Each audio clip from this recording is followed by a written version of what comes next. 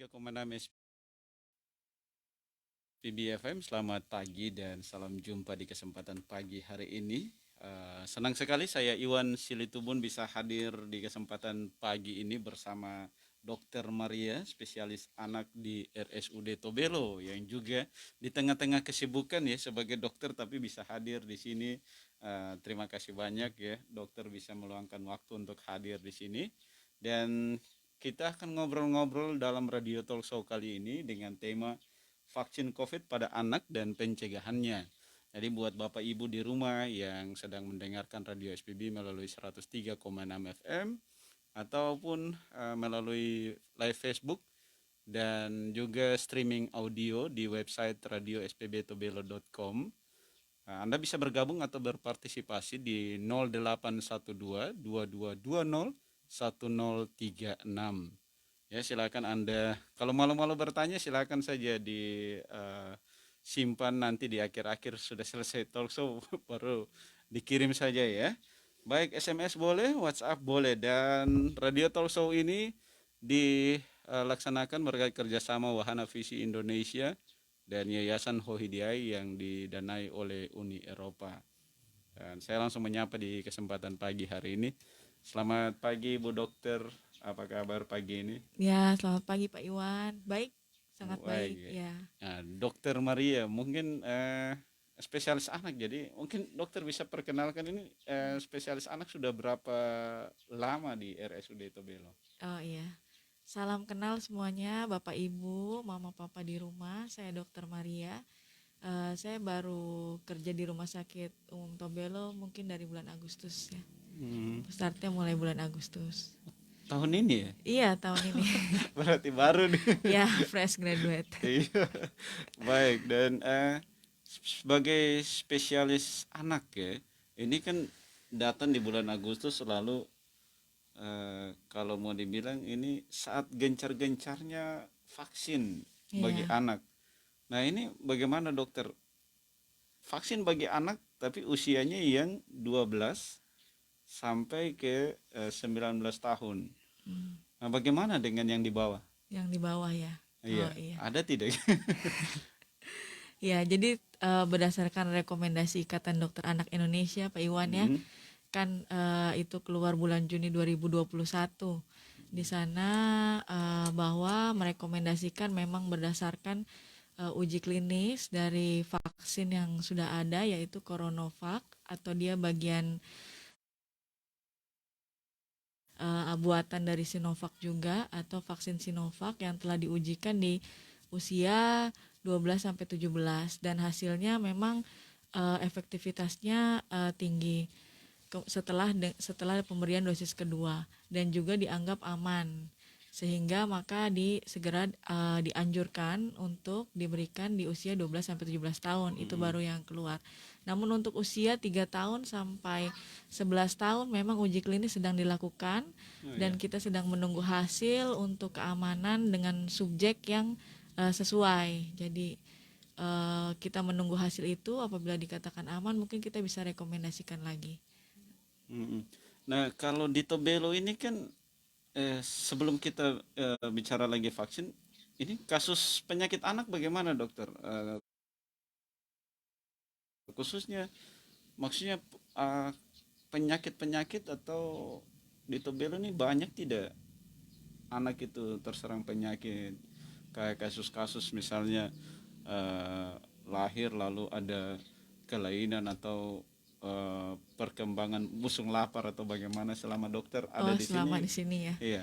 Karena saya baru 3 bulan, Nah, jadi mungkin beberapa hal yang saya lihat memang mm, kondisi-kondisi malnutrisi, tapi mungkin bukan malnutrisi yang berat ya, iya. tapi malnutrisi yang ringan, yang memang sebenarnya harus sudah diwaspadai dari awal gitu.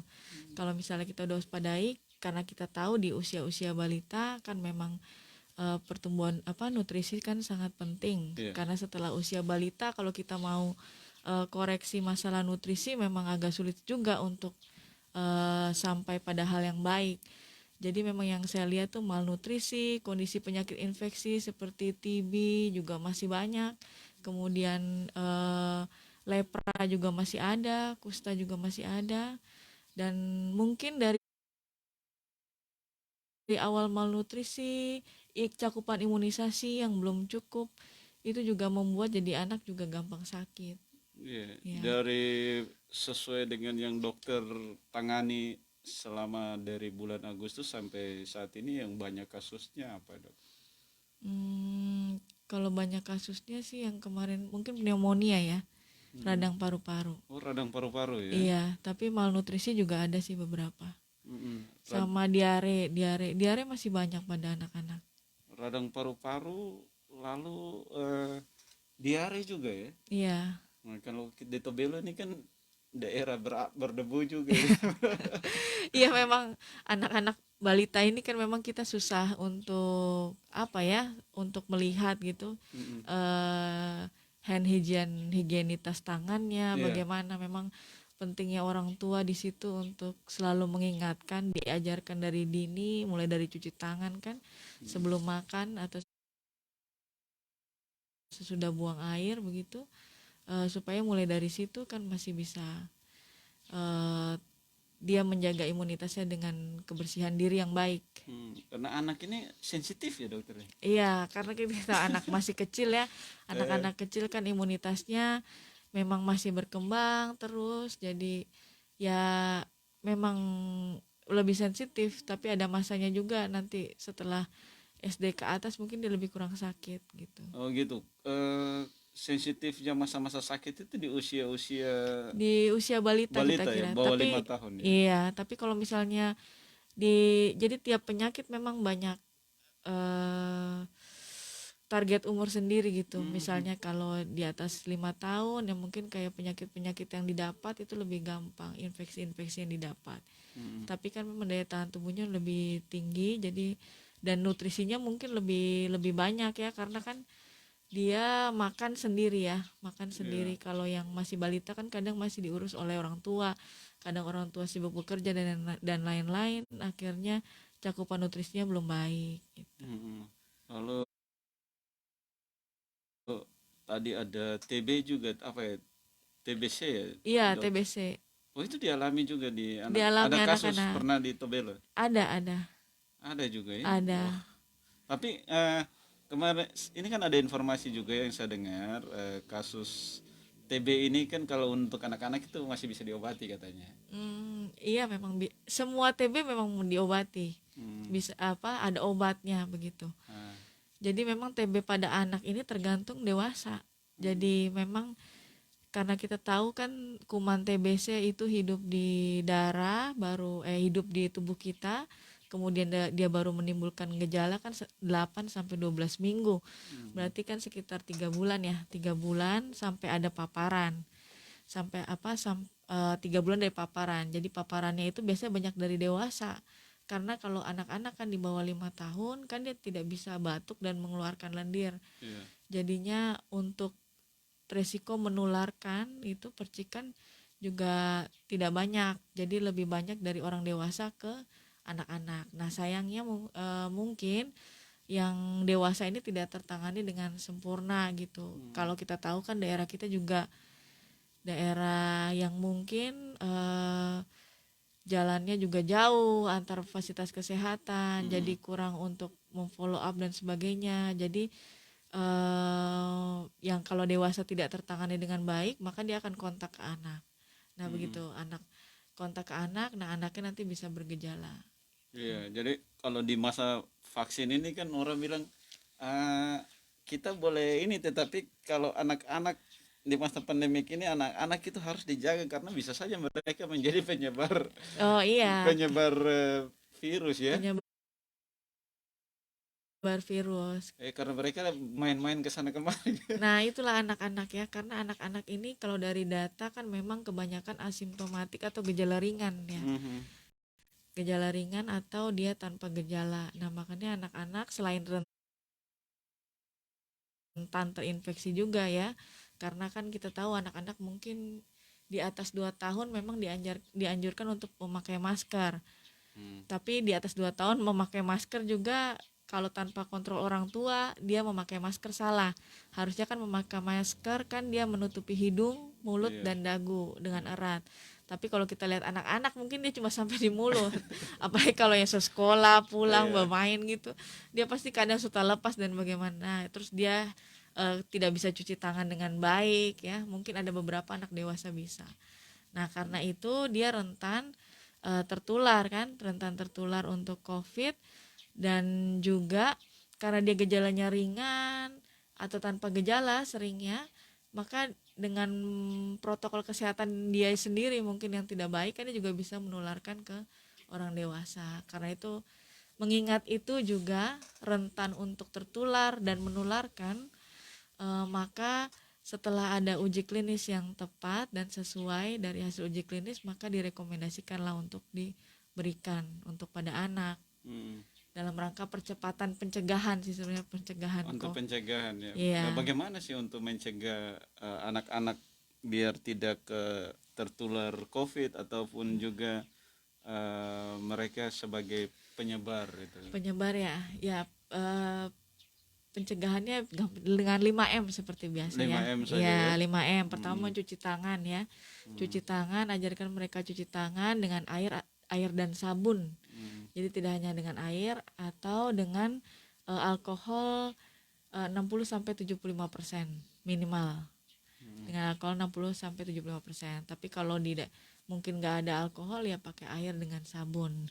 Kedua itu pakailah masker. Jadi pakai masker menutupi hidung, mulut dan dagu dengan erat. Jadi jangan sampai salah pakai masker. Jadinya tidak efektif. Kemudian jaga jarak. Jaga jarak yang dianjurkan tetap minimal 1 meter ya, minimal 1 meter. Jadi buat para ibu-ibu, bapak, mama, papa di rumah, kalau memang anaknya tidak perlu diajak ya berarti nggak perlu diajak. Jadi keluar rumah seperlunya, Oh misalnya ya. saat vaksinasi biasa, misalnya kalau vaksinasi rutin di puskesmas, atau memang saat yang perlu saja baru dibawa keluar rumah. Itu untuk menjaga jarak. Terus jauhi kerumunan ya, seperti biasa jauhi kerumunan dan mengurangi mobilisasi. Jadi jangan terlalu banyak dibawa keluar. Yang terakhir itu penuhi asupan makanan bernutrisi. Jadi kita menganjurkan bahwa untuk mengkonsumsi makanan-makanan yang bernutrisi, terutama yang mengandung vitamin C, D, dan zinc. Itu yang terbukti dari penelitian ya untuk COVID, vitamin C, vitamin D, dan zinc. Nah, vitamin D ini bisa kita dapat dari telur, dari ikan laut, itu banyak vitamin D-nya. Nah, kemudian dianjurkan juga untuk berjemur. Berjemur di jam 9 sampai jam 10. Sekitar 15 menit aja supaya tidak terbakar atau resiko yang lainnya. Iya. Jadi hanya segitu untuk mengaktifkan atau memicu produksi vitamin D yang dalam tubuh. Oh Itu. gitu ya. Nah, jadi dia terus zinc itu juga bisa didapat dari kacang-kacangan ya. Kacang-kacangan, daging juga, kerang-kerangan itu bisa didapat itu. Jadi mudah sih sebenarnya pencegahannya, tapi mungkin ya kita juga sebagai orang tua kan, saya juga mungkin tidak bisa mengawasi anak 24 jam Iya. ya. Jadi Benar, Dok. memang itu, dan yang terlebih penting ya orang dewasanya sebenarnya. Apalagi kita orang dewasa bekerja di luar, ya kita harus punya protokol kesehatan yang baik. Jadi jangan sampai kita bawa pulang ke rumah kitanya sudah membawa virus-virus begitu untuk anak yang di rumah. Kalau kita bicara anak ini kan kompleks sebenarnya ya, Iya, dokter. kompleks. Ini karena mereka ini sensitif, lalu ya dengan karakter yang berbeda-beda. Kita Iya, tangani betul. satu, apalagi kalau punya 2 atau 3 orang buah hati sekaligus, Iya, itu betul. penanganannya agak keribet juga, dokter. Iya memang sih, tapi ya ya kita rasa itu memang tugas orang tua ya Iya, untuk benar. menjaga anak-anaknya sendiri. Nah, Dan untuk ini, Dok, untuk nutrisinya ini kan kalau kita di sini tuh kan kalau mau bilang makan yang bernutrisi itu kan ya, kita pengetahuan tentang nutrisi anak ini kan kadang orang tua masih kurang pengetahuan tentang makanan nutrisi untuk anak, sehingga ya seadanya saja gitu. iya, Yang penting makan gitu. Nah, ini bagaimana, Dok? Kira-kira kalau mendapati hal seperti begini apa yang bisa, Dok, berikan masukan buat masukan orang ya. tua soal nutrisi ini? Iya, kebanyakan sih sebenarnya bukan karena nggak ada makanannya ya. Kita rasa sih mudah ya untuk mendapatkan nutrisi yang cukup. Tetap terdiri dari karbohidrat, protein, lemak, vitamin dan mineral. Protein dan lemak mungkin bisa didapat dari ikan-ikanan atau telur yang paling gampang lah. Tapi saya rasa kan kalau ikan di sini lebih murah, Iya. lebih mudah. Jadi harusnya bisa dapat. Terus vitamin dan mineral bisa dapat dari sayur-sayuran dan buah-buahan. Misalnya pisang juga bisa, kan gampang, banyak di kebun. Iya. Terus sayur-sayuran juga mungkin banyak, sayur-sayuran di sini dan mudah didapat. Jadi hanya itu saja. Nah, cuma mungkin pola asuh untuk makan yang sering kami dapatkan keluhan. Jadi anaknya terbiasa untuk jajan, Ya. ya, jajan sebelum makan. Jadi pasti dia udah kenyang. Kalau kita tahu jajanan-jajanan kan pasti gulanya tinggi, ada natriumnya, terus ada pengawetnya ya. Jadi itu yang gulanya yang buat dia jadi kenyang sesaat gitu, tapi dia tidak menyimpan lemak gitu. Dan juga untuk membentuk badan itu kan dibutuhkan protein, jadi perlunya protein. Kalau jajanan kan hanya ada gula atau glukosa atau karbohidrat gitu. Jadi kita perlu protein sama lemak untuk tambah besar, badan tambah besar atau dia tambah tinggi. Protein itu penting. Protein itu untuk Membentuk otot ya. membentuk otot dan juga untuk sel-sel saraf. Jadi dia membantu juga pembentukan protein-protein yang dalam tubuh itu semuanya dari protein luar. Untuk melakukan metabolisme tubuh semuanya pakai protein. Jadi protein itu memang sangat diperlukan dan mudah didapatnya. Bisa telur gitu ya. Kalau Telur. kalau orang tua sekarang kan tidak mau susah, Dok. Kalau anak rewel, anak nangis ya dikasih jajan, anak rewel apa ya Ini dikasih dikasih jajan. handphone gitu kan. Iya, Nah, ini bagaimana dokter melihat kalau kebiasaan-kebiasaan yang seperti ini? oke. Itu yang terus dokter anak mungkin ya, di luar setiap dokter anak atau setiap dokter untuk menganjurkan, ya memang udah tugas orang tua ya. Memang untuk anak yang rewel mungkin kita harus, kan banyak ya di YouTube itu cara pembelajaran psikologi anak. Misalnya kalau anak rewel mungkin kita boleh kasih tahu atau kasih penjelasan dulu. Dan memang untuk belajar supaya anaknya jadi tenang nggak mudah juga Iya, gitu. Saya juga benar. orang tua dan itu butuh kesabaran ekstra. Apalagi kalau kita bekerja harus cari uang, ya itu memang butuh kesabaran ekstra ya. Makanya dianjurkan anak untuk HP itu adalah di bawah 3 tahun tuh HP nggak boleh sama sekali ya. Di atas 3 sampai 6 tahun itu 1 jam saja. Itu termasuk TV sebenarnya, termasuk TV itu yang dianjurkan. Tapi Tapi sekarang pada orang kenyataannya iya, sulit, iya, apalagi kita online ya. iya, Nah benar. itulah yang mungkin Ini sebenarnya kembali ke orang tua semuanya ya, iya, hal-hal kembali ke seperti orang tua. begini. Dokter hanya mampu mengarahkan Mengarahkan, menganjurkan, iya, mengarahkan, iya, menganjurkan. iya. Baik. Dokter, kita jeda sejenak dulu, nanti kita lanjutkan lagi obrolan kita ya. Buat pendengar yang lagi menyaksikan juga di live Facebook SPB Tobelo dan juga di streaming audio website radio spbtobelo.com. Terima kasih untuk selalu setia mengikuti obrolan di kesempatan pagi hari ini.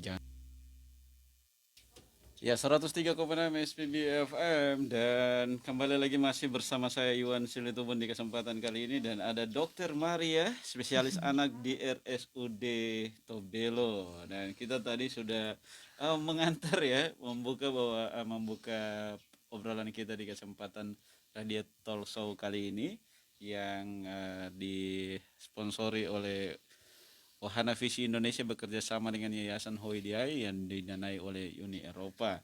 Dan oke, kita lanjut. Permasalahan anak ini kompleks, jadi 1 jam saja kebersamaan kita. Nah, eh, dokter, banyak kasus yang sudah ditemukan di Halmahera Utara saat ini. Artinya ada penyakit-penyakit yang kadang ini kalau mau bilang orang tua harus punya perhatian ekstra terhadap anak-anak untuk perkembangannya ke depan, artinya untuk generasi yang lebih baik lagi. Nah, pemerintah pun melaksanakan yang namanya vaksin bagi anak ini saat ini. Nah, bagaimana vaksin yang dilakukan bagi anak ini dilihat oleh dokter sejauh ini di Halmahera Utara?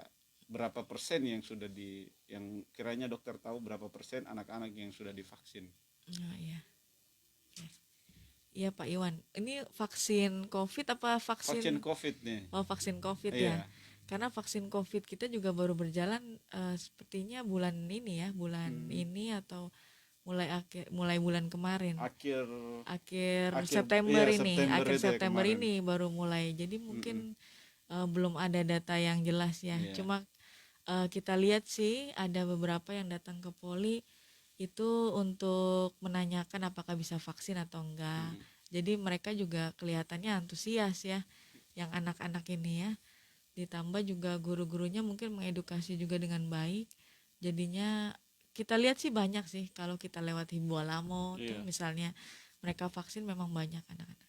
Saya rasa sih dengan begitu dengan vaksin pada anak dan remaja ini bisa menambah cakupan vaksin kita gitu Mm. dibandingkan yang dewasa yang mungkin masih belum tercapai target. Vaksin yang diberikan untuk anak itu vaksin jenis apa? Vaksin COVID untuk anak itu, Dok?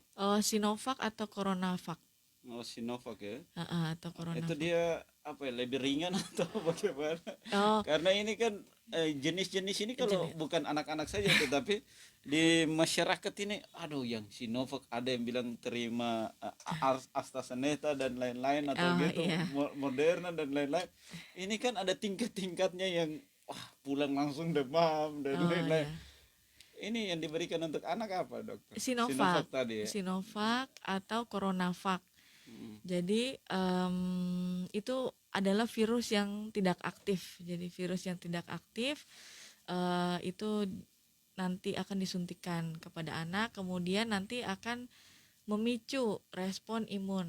Jadi sistem kekebalan tubuhnya akan terpicu, terus akhirnya membentuk antibodi itu. mm, Jadi terus ada yang AstraZeneca ya. AstraZeneca itu isinya virus vektor. Jadi eh, virus COVID itu protein dari si virus corona ini nanti akan dimasukkan ke jenis virus lain yang dianggap tidak berbahaya. Jadi dia memakai virus lain sebagai pembawa.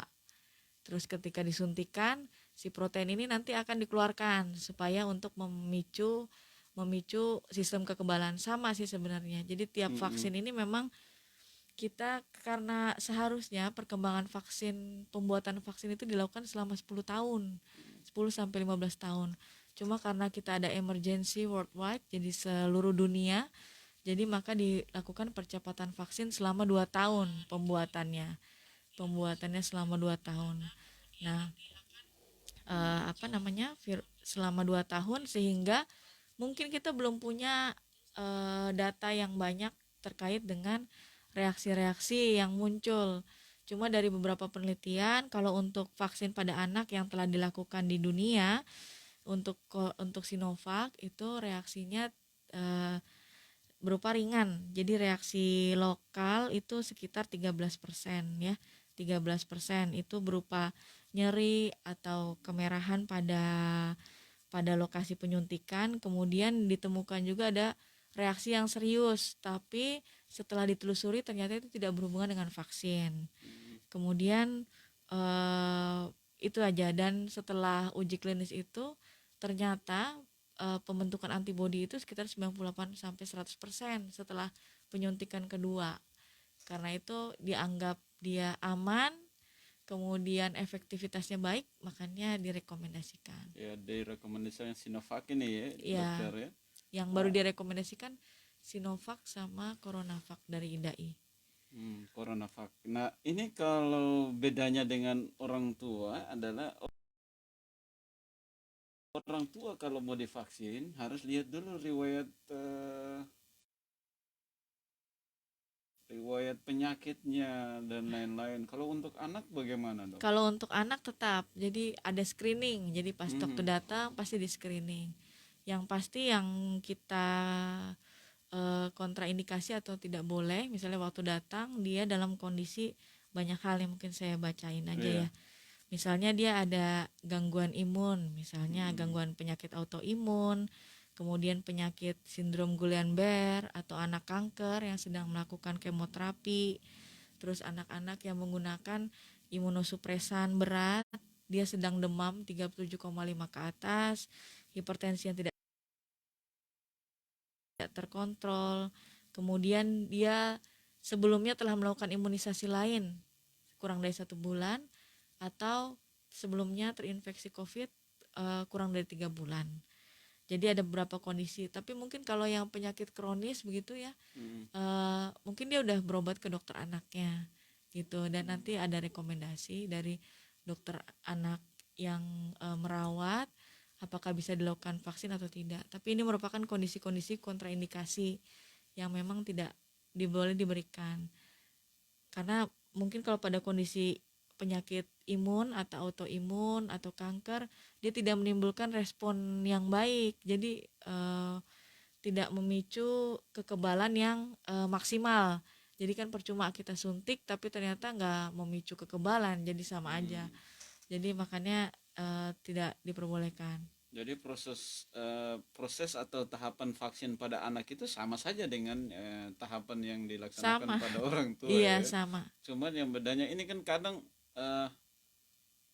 kalau orang tua saja biasanya takut vaksin, anak-anak juga kan kalau takut vaksin itu bisa memicu mereka, maksudnya bisa mengganggu tuh dok. Apakah mereka juga secara tidak langsung itu tidak bisa divaksin juga ya?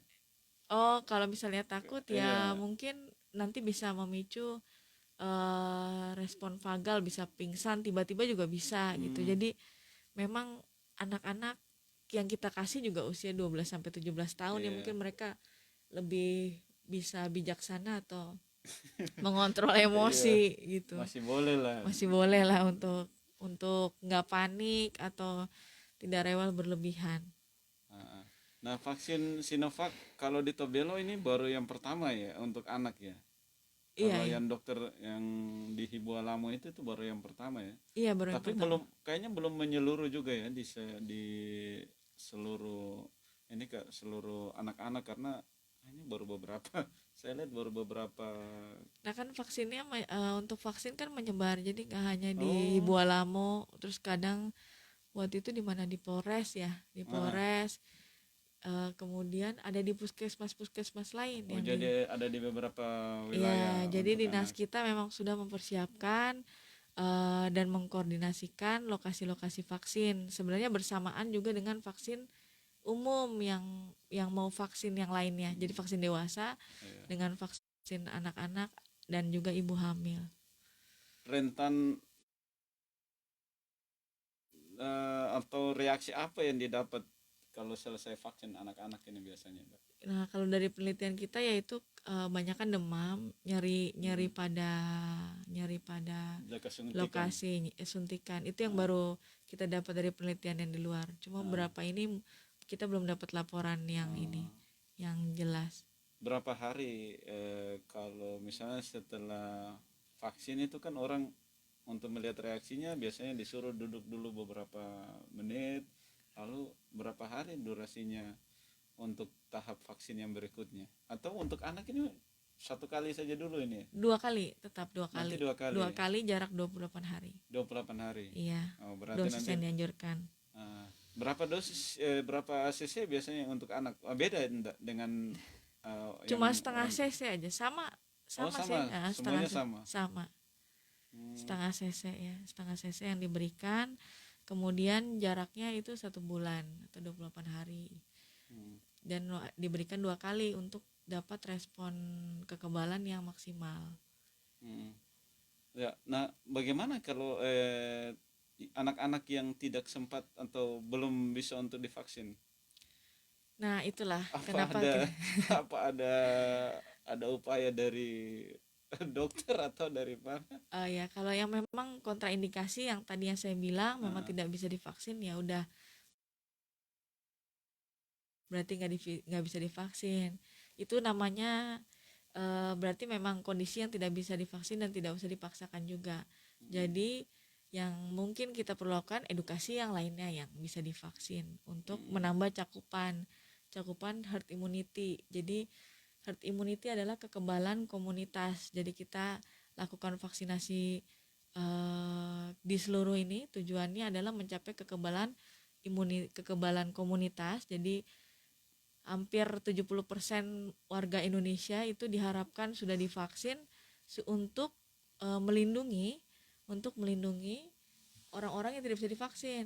Kan ada juga yang dewasa yang tidak boleh divaksin ya. Iya. Misalnya kayak kanker juga ada kondisi-kondisi khusus yang mungkin dari dokter penyakit dalamnya tidak boleh divaksin. Begitu dengan anak. Tujuannya untuk melindungi itu. Makanya kami juga mengajak untuk orang-orang yang mungkin tidak punya kondisi tertentu, yang hanya karena takut misalnya, itu mungkin bisa diedukasi kembali gitu untuk mau divaksin. Tujuannya untuk melindungi teman-teman kita yang memang nggak bisa divaksin sama sekali. Itu karena memang kita lihat kondisi-kondisi yang berat terjadi pada pasien-pasien dengan komorbid itu. Kalau pada anak, dari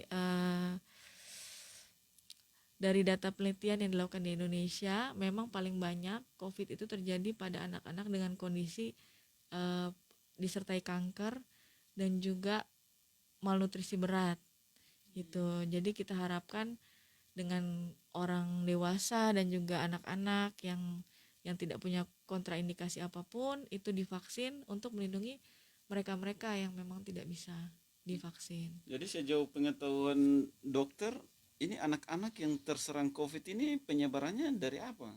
Penyebarannya? Iya. Oke. Jadi coronavirus, jadi SARS-CoV-2 ya nama virusnya, itu dia menyebar lewat droplet atau percikan yang berisi partikel virus. Itu sangat kecil, tidak bisa dilihat. Jadi besarnya 5-10 mikrometer, jadi sangat kecil, yang dikeluarkan ketika batuk, terus ketika kita berbicara itu ada percikan-percikan yang tidak terlihat, terus bersin yang ditularkan lewat itu, dan juga kontak langsung. Karena kalau ini kan anak-anak yang banyak ya, artinya dengan penyakit-penyakit yang mungkin sudah ada itu, lalu kita di daerah ini kan situasinya berbeda, Dok. Apa yang diharapkan oleh pemerintah pusat supaya bisa tatap muka, bisa belajar, ya, kondisinya untuk divaksin agar bisa melaksanakan pembelajaran. Nah, ini kan kita di daerah kadang mengikuti saja apa yang diinstruksikan dari ini. Tapi tentunya ada upaya-upaya yang bisa kita lakukan untuk lebih menyadarkan anak-anak kita. Sejauh ini ada tidak misalnya kerjasama dengan pihak sekolah atau misalnya dokter, sosialisasi atau apa gitu? Sosialisasi ke sekolah ya? Iya. Mungkin kalau dari saya pribadi memang belum pernah ya. Cuma mungkin saya rasa dari Dinas Pendidikan itu sudah kan memang Kementerian Mendikbud ya, Kementerian Pendidikan ini juga kan dia meminta saran dari IDAI ya, dari Ikatan Dokter Anak, dan Ikatan Dokter Anak sudah menganjurkan bahwa pembelajaran tatap muka ini ada saran-sarannya. Misalnya guru itu sudah divaksin semua, kemudian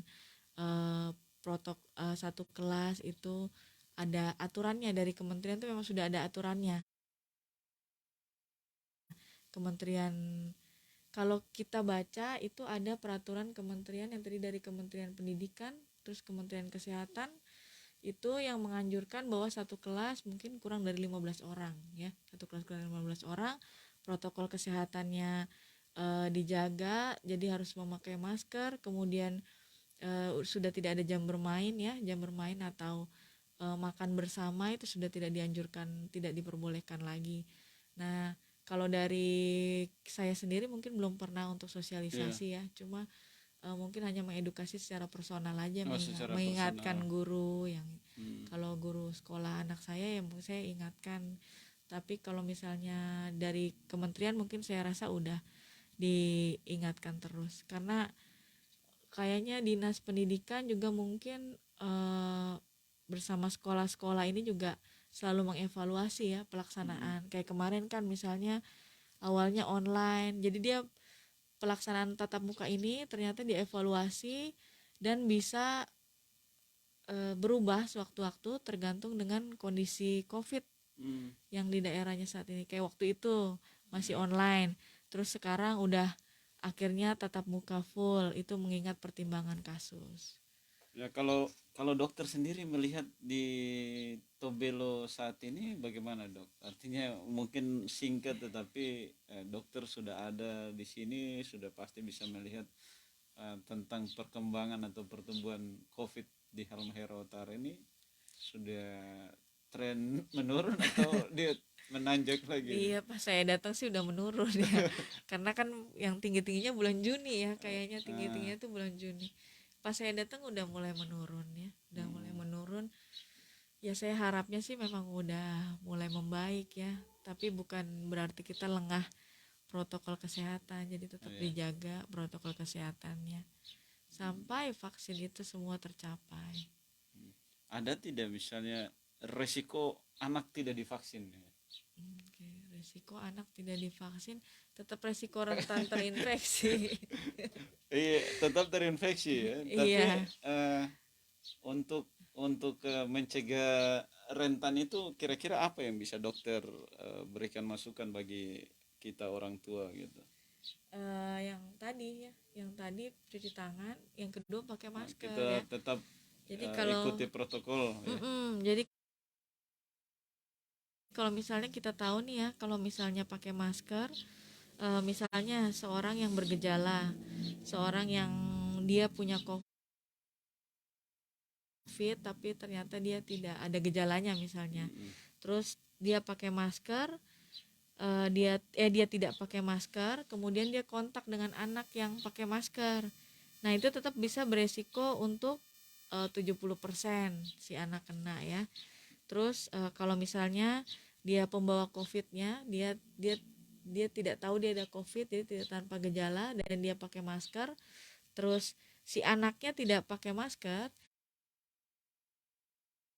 dia ternyata resiko penularannya 5%. Jadi makanya kenapa kita disarankan pakai masker semua, karena nggak tahu kita ada gejala atau enggak. Ternyata dengan pakai masker aja, dan ada orang yang memang tidak COVID, tidak pakai masker gitu, kita berdekatan dan ternyata kita ada COVID-nya, maka resikonya cuma 5% jadi tertularnya. Jadi apalagi kalau dua-duanya pakai masker. Kalau dua-duanya pakai masker resikonya 1,5%. Oh, Itu. iya, Jadi memang pakai masker ini sangat berpengaruh.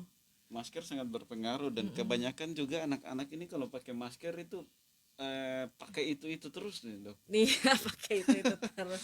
Maskernya yang itu terus aja. Kalau misalnya pergi main pakai masker itu balik digantung Diganti. lalu sebenarnya efektifnya untuk masker masker ini bagaimana, Dok? Karena sekarang trennya nih masker double nih, Dok. Ya memang yang disarankan sekarang double masker ya. Anak-anak kalau double masker kayaknya nafasnya bisa sesak gitu loh. Iya, itu nafasnya susah. Jadi kalau misalnya yang masker kan disarankan ya memang masker bedah ya, masker kain juga efektivitasnya masih ada sebenarnya 70-80%. Mm-mm. Kalau masker bedah ya sampai 80% juga. Jadi disarankan memang masker itu diganti setiap kali keluar ya, setiap kali. Itu yang disarankannya. Iya. Tapi memang kita agak kesulitan biaya ya. Biaya beli masker ya, Biaya beli masker ya. maskernya Kita kan mahal ya. tahu ekonomi ya, mungkin nggak terlalu Iya. mudah untuk setiap orang. Jadi kalau bisa memang disarankan begitu. Mm-mm. Tapi kalau memang nggak bisa ya eh mungkin lebih baik pakai sedia masker kain aja yang banyak. Iya. Mungkin kalau masker kain kan kita cuma capek nyuci aja, Oh gitu cuma ya. capek nyuci. Nah, selain untuk masker tadi cuci tangan, Dok. Iya, Nah, cuci tangan ini kan kalau tidak diperhatikan anak-anak kita ini sering kalau melahap sesuatu itu tanpa cuci tangan terlebih dahulu. iya Ya, betul. oke lah, ada beberapa, tidak seluruhnya demikian, tetapi eh, ada beberapa atau sebagian yang saat ini kalau misalnya melakukan apapun itu jarang untuk mencuci tangan. Itu rawan rawan atau rentan juga ya terkena. Iya, rentan juga terkena. mm, Makanya kemarin kita memang jadi beberapa penelitian yang dahulu ya 2020 itu memang ada yang menunjukkan bahwa virus COVID itu ada di misalnya di lapisan-lapisan tertentu, misalnya di meja, atau itu bisa mm, sampai 3 atau 4 hari. Makanya kenapa disarankan untuk setiap memegang sesuatu sekarang cuci tangan gitu. Setiap megang sesuatu cuci tangan, dan disarankan juga memang tidak boleh terlalu sering memegang daerah wajah ya, daerah wajah, supaya kalaupun kita lupa cuci tangan mungkin tidak masuk juga ke dalam wajah. Memang agak susah sih, apalagi kayak saya yang pakai kacamata ini pasti akan iya. kasih naik-naik kacamata terus gitu. Memang itu nggak mudah, tapi kalau dengan cuci tangan itu saja sudah bisa membantu kan, membantu membantu untuk pengurangan penularan. Apakah cukup kalau anak-anak itu hanya diberikan facial itu ya? Face shield ya, Ya, facial itu. oke. Nggak cukup, jadi face shield itu hanya dianjurkan pada anak-anak kurang dari 2 tahun. Kenapa? Karena khawatirnya dengan, kalau sebenarnya harusnya masker, Mm, tapi kalau dengan pemakaian masker anak-anak kurang dari 2 tahun itu kita takut ada gangguan pernafasan, oh ya. dan anak umur di bawah 2 tahun tidak mampu menyampaikan rasa sesaknya, keluhannya, Keluhannya. rasa tidak nyaman gitu. itu Ya. itu belum bisa dengan baik menyampaikannya, sehingga disarankan hanya face shield saja untuk Mm, mencegah droplet yang dari jauh gitu. Kalau iya. misalnya kita memang menerapkan jaga jarak 1 meter, kan dia tetap akan terhindar dari face shieldnya. Ya, 103,6 SPB FM, dan kita sudah di penghujung ya radio talkshow kita kali ini yang diprakarsai oleh Wahana Visi Indonesia bekerja sama dengan Yayasan Hoidiyai yang didanai oleh Uni Eropa. Dan eh, ini di sesi terakhir kita. Terima kasih yang masih setia di live Facebook SPB Tobelo dan juga streaming audio di website radiospbtobelo.com dan juga di 103,6 FM. Nah, kalau kita sudah membahas dari tadi ini dokter, ini tentunya ada ketakutan banyak anak-anak kenapa harus takut untuk vaksin gitu loh. Jadi apakah ada trauma tersendiri atau lebih ini jangan takut untuk vaksin. Nah, bagaimana dokter untuk anak-anak yang belum divaksin? Ini kan kadang orang tua juga bilang jangan vaksin, jangan vaksin. Orang tua saja takut vaksin, apalagi anak-anak. Iya, iya. Jadi untuk vaksin ini butuh persetujuan orang tua. Jadi 12 sampai 17 tahun ini butuh persetujuan orang tua. Jadi ya kalau misalnya orang tuanya mau, kadang anak-anak nih kurang mengerti vaksin juga kan, mereka Hmm, cuma tahu mungkin itu berguna, tapi efeknya apa kan mungkin mereka belum mengerti dengan jelas. Nah, mungkin peran orang tua yang kasih tahu kenapa harus divaksin, kondisi kita seperti ini lagi begini. Jadi kalau kamu divaksin itu nanti akan kamu jadi kebal, walaupun nanti bisa tetap beresiko terinfeksi juga, tapi dengan gejala yang lebih ringan, dan tidak gejala berat gitu. Jadi mungkin itu bisa dikasih pengertian, orang tuanya bisa kasih pengertian. Dan juga mungkin kalau yang takut jarum, kan kalau kita jarumnya kan cuma kecil ya, jarumnya cuma jarum yang tipis ya. Mungkin kalau anak-anak kebanyakan takut jarum, itu kalau yang takutnya. biasanya membuat mereka tidak mau divaksin ya. Tapi kalau teman-temannya ikut, rata-rata tuh hampir ikut semua, mereka baku ikut begitu. Oh, jadi kalau untuk vaksin untuk anak ini memang harus ada persetujuan Harus dari ada orang persetujuan tua. orang tua. Bagaimana kalau orang tuanya juga belum divaksin? Berarti orang tua bilang, saya saja jangan. Berarti kamu juga tidak usah Nah, itu vaksin. sulitnya di situ memang.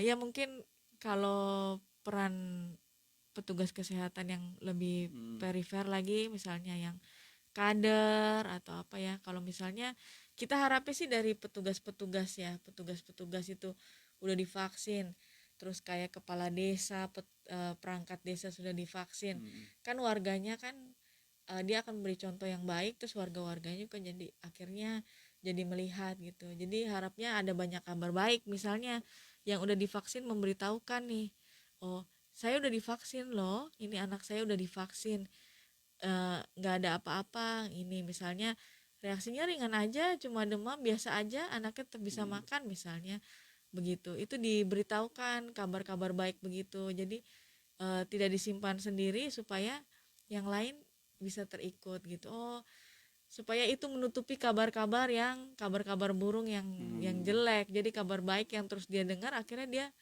mau divaksin gitu. Intinya vaksin itu demi kebaikan ya dokter Demi ya. kebaikan. Kita nggak hanya menjaga diri kita tapi menjaga orang lain. Hmm. Gitu kan udah dua kebaikan yang kita Kalau kasih. di dalam rumah orang tua sudah vaksin, anak sudah divaksin, berarti aman Iya. sebenarnya. Iya, di dalam rumah kalau misalnya ini bapak ibu udah divaksin, anak udah divaksin, terus ada nenek tete di situ yang nggak bisa divaksin, Hmm. nah itu udah melindungi mereka. Sedangkan yang tua-tua dengan komorbid yang berat, nanti dia bisa kalau kena covid bisa resikonya mungkin sampai meninggal, itu yang paling buruk Hmm. misalnya.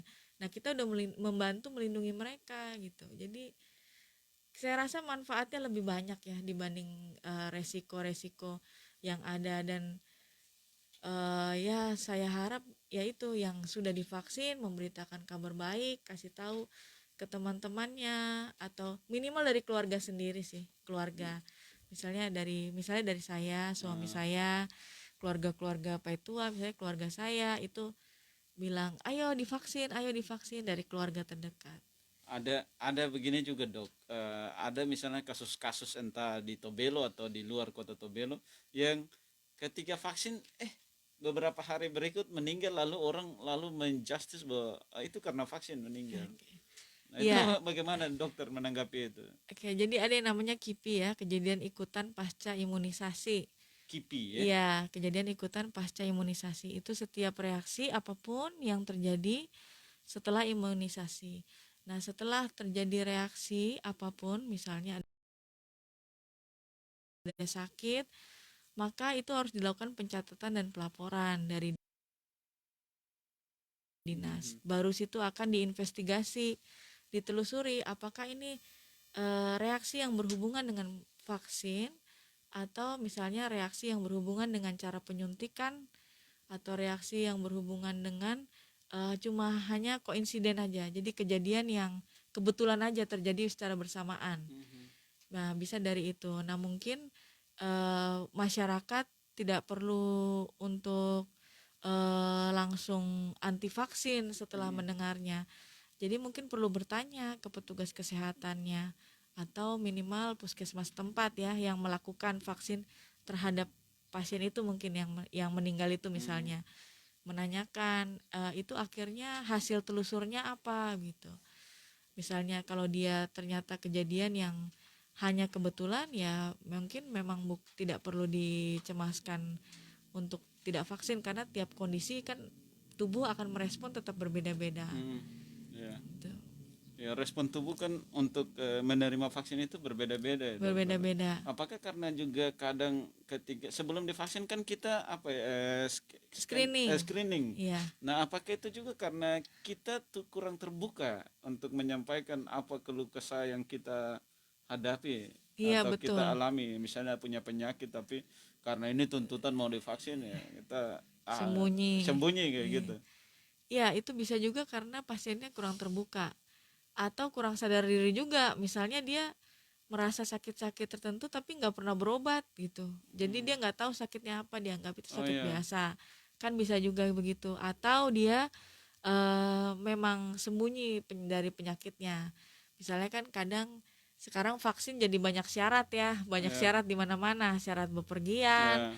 terus juga syarat pembuatan surat. Saya juga dengar pembuatan surat-surat di Harus surat kantor itu juga sekarang harus vaksin. Jadi orang ya.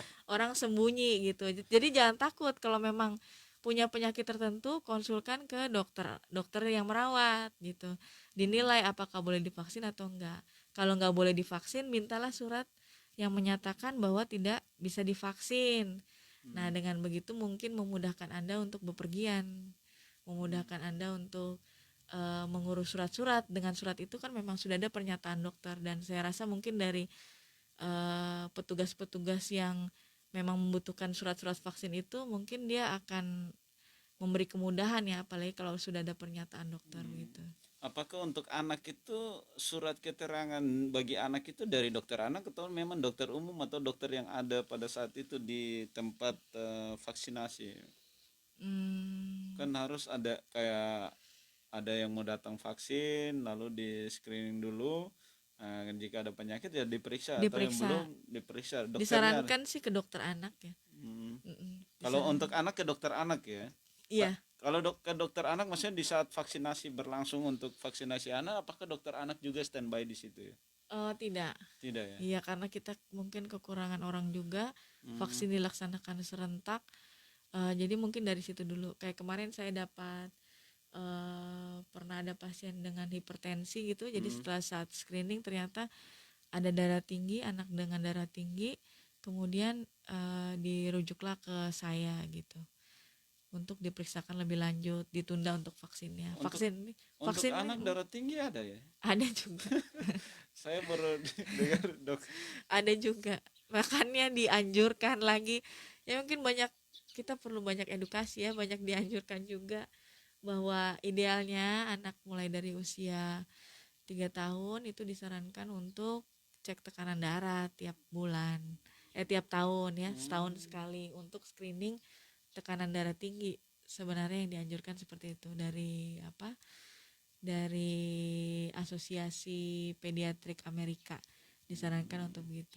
Jadi kalau kita di Halmahera Utara itu anak-anak itu kita lebih banyak atau kasus-kasus yang ada itu ya radang radang apa tadi paru-paru, Iya. ada TB dan tidak ada yang namanya busung lapar, cuman ada kekurangan nutrisi ya Iya, terkait kurang dengan nutrisi. kurang Mungkin ada ya, nutrisi. tapi mungkin kalau untuk data yang lebih jelas ya Puskesmas itu yang memegang, kan menurut saya Puskesmas ujung tombak ya Oh sebenarnya ya. ya.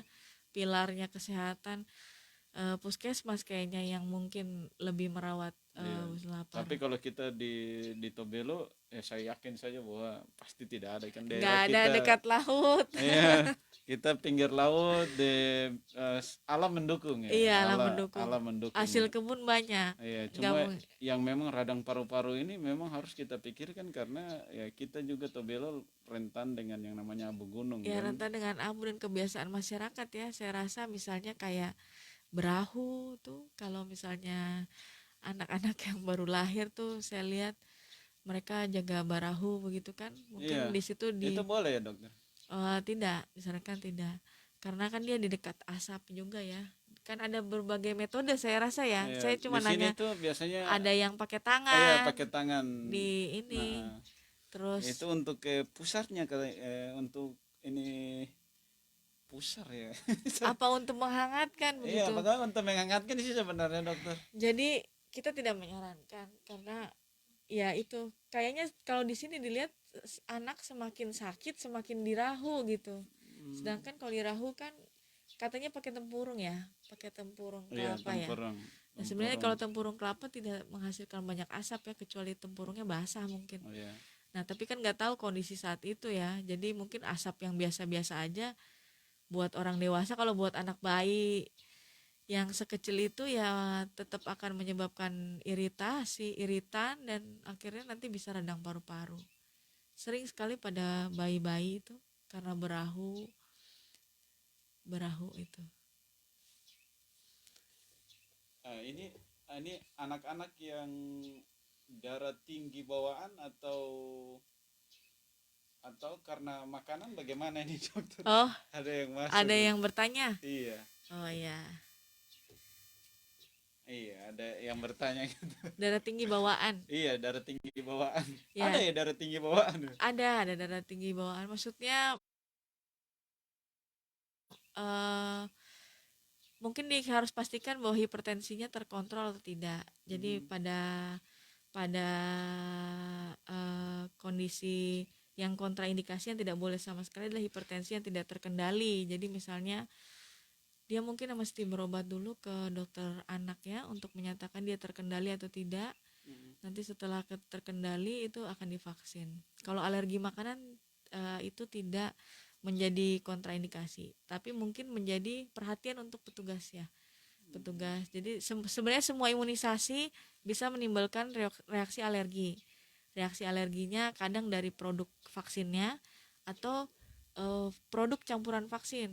Jadi untuk membuat vaksin kan ada stabilizernya gitu untuk supaya dia nggak pecah atau nggak rusak. Ada zat-zat lain yang dipakai. Nah, kadang itu yang bisa membuat alergi juga.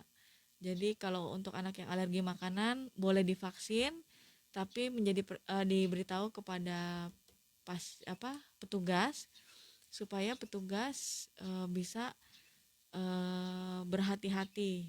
Artinya dalam observasi kan dia akan nilai dia akan alergi atau tidak. Tapi kalau ada riwayat alergi setelah vaksin apapun itu disarankan tidak. Jadi misalnya dia pernah vaksin dulu waktu bayi terus dia alergi yang berat sampai sesak nafas, itu disarankan tidak imunisasi. Iya, jadi ada terkait dengan anak sampai ke ya di bayi-bayi. Karena kalau bayi ini kayaknya topik bagus kalau kita nanti bicara tentang kebiasaan bagaimana merawat bayi. Merawat bayi ya. Ya. Nah, ini nanti kita minta kesediaan dokter lagi hadir, kita bicara lebih khusus tentang kebiasaan kita orang Tobelo yang mungkin berawat anak atau bagaimana ya dok. Iya. Ya dokter, terima kasih banyak sudah bisa hadir di kesempatan kali ini dalam radio talkshow kita. Intinya tadi dokter juga sudah mengingatkan tentang 5M ya. Nah, kita harus ikuti protokol COVID, dan yang juga harus kita terus lakukan adalah jangan takut untuk vaksin. Iya betul. Seperti itu. Atau ada sedikit lagi yang sedikit ditambahkan? Pesan-pesannya ya. Iya dok. Tetap tadi seperti Pak Iwan bilang ya, 5M, pakai masker, cuci tangan, jaga jarak, jauhi kerumunan, terus jangan lupa vaksin juga ya, jangan takut untuk vaksin karena sampai 11 tahun hasil ujinya ternyata baik dan bisa divaksin, kita lebih senang lagi, berarti ada vaksin lagi untuk anak-anak.